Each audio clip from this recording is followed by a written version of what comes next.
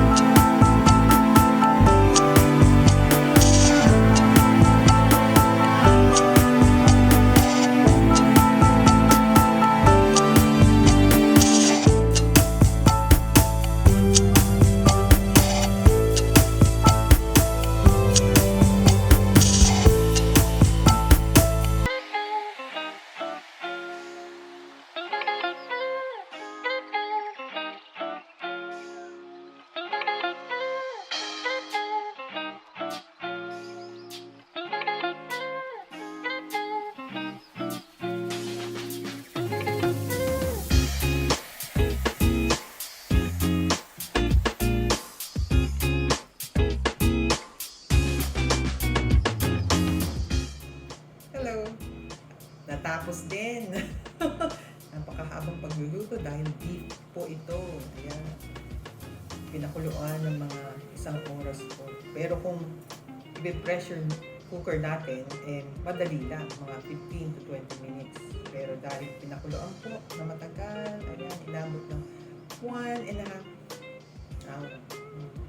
So, tikman na po natin. Ayan, kain na po. Let's eat!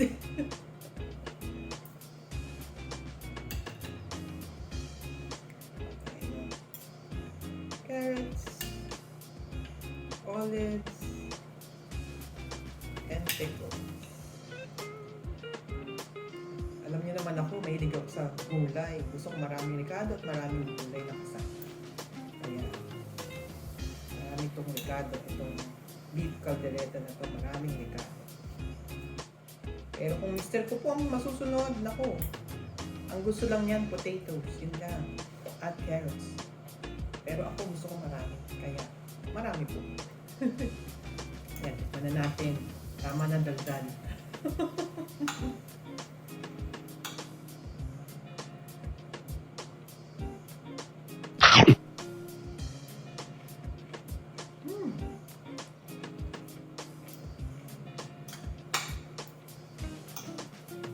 Sarap.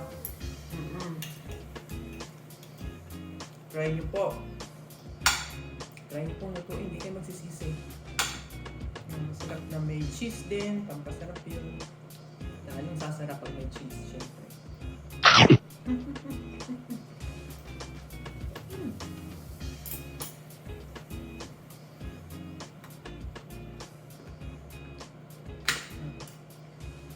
Gusto ko rin may pickles. Pero kung ayaw ng pickles, huwag niyo samahan ng pickles. Pero ako gusto ko.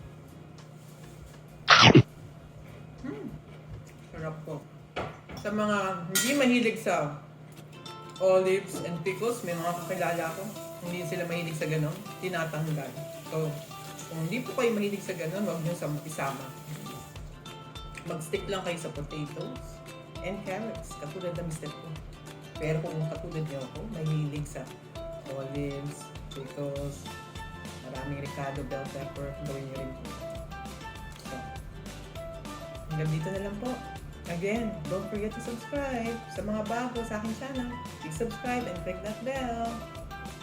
See you next time.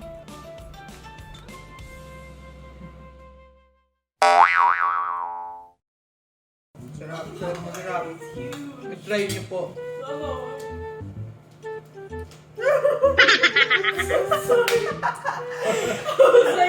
Why are these huge? Look. Yeah, because it's a big... Yeah, let's see. Yeah, keep going. It's still rolling. Okay.